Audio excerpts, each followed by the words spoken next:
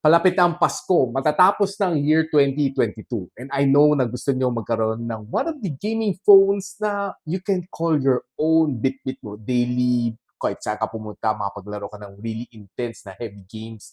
And in this video, magre-recommend ako ng tatlong gaming phone that I personally feel that should worth your 13-month pay. So, simulan muna natin. So hi guys, ako pala si Richmond, the Gadget Sidekick, and welcome back to my channel.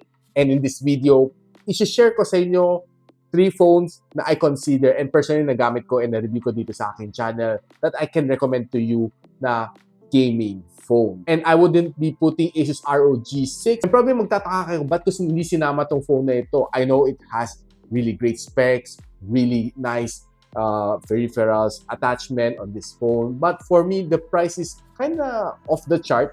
Kaya I wouldn't really recommend it for you. And there are 3 other phones na mas budget-friendly and I can recommend to you personally as a gadget reviewer, tech reviewer para sa inyong gaming needs. Now, let's start off with number 3, si Poco F4 GT. So this phone really took by storm and this was priced around 28,000 something, 28,990 if I'm correct, or even 29,000 pa nga siya back then.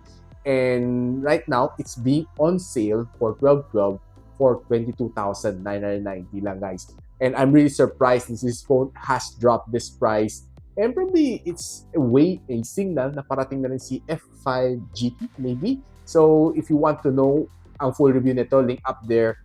And if you want to know kung saan nyo pwede mabili officially, link down there. So itong phone na ito, I can say probably it's one of the flagship killer back then. Snapdragon 8 Gen 1. It has all of the killer specs. Then it also has game triggers, physical shoulder buttons na you can really feel while playing the game. So I'm really more of a physical button type kasi I grew up in the age of PlayStation 1 and 2. So having R1, R2 definitely mas masarap rather than air triggers. For me, personally, of course, your opinion might be different. And having the sound tune by JBL, having AMOLED display, Corning Gorilla Glass Victus, the protection, and 120 watts of fast charging really is something that is easy to recommend at number 3. Now, second on my list is the Black Shark 5 Pro. Itong phone na ito is equipped with the Snapdragon 8 Gen 1. I know it's not the 8 Plus Gen 1, but siguro medyo napaaga lang release ni Black Shark 5 Pro. That's why hindi niya naabutan ang 8 Plus Gen 1 na chip.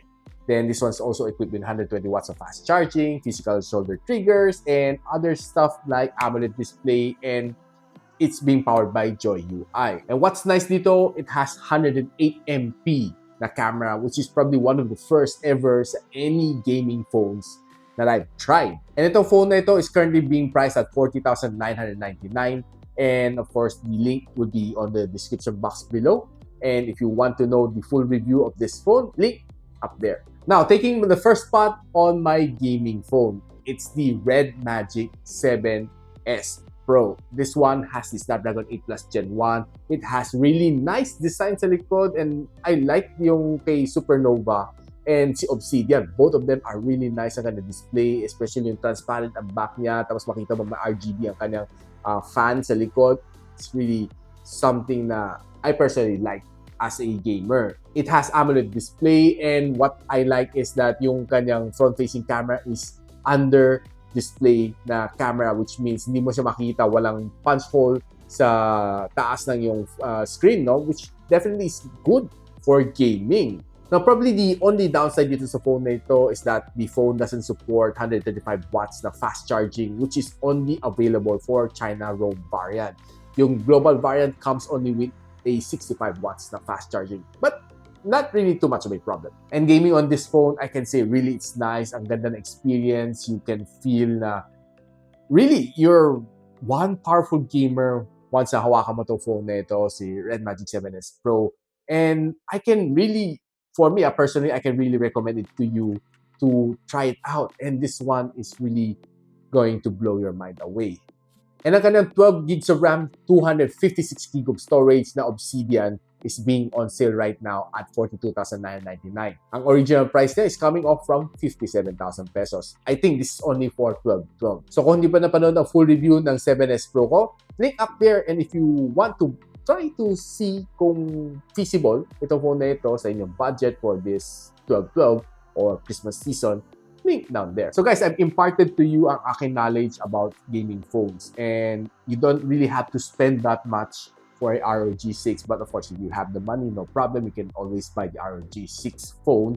And for me, si Red Magic 7S Pro really takes the cake for some reason. Kasi for me, one, it's really powerful, and two, it's not as expensive as the ROG 6, but it can perform at its level at the very least. Guys, if you feel that itong video nito is helpful to you, and if you know somebody who's out there looking for a gaming phone, share this video. And if you like this video, don't forget to like, subscribe, and of course, click mo na rin ang bell icon para hindi naman miss mga future uploads dito sa aking channel. And so, ako pala si Richmond, and you're watching Gadget Sidekick. What's up?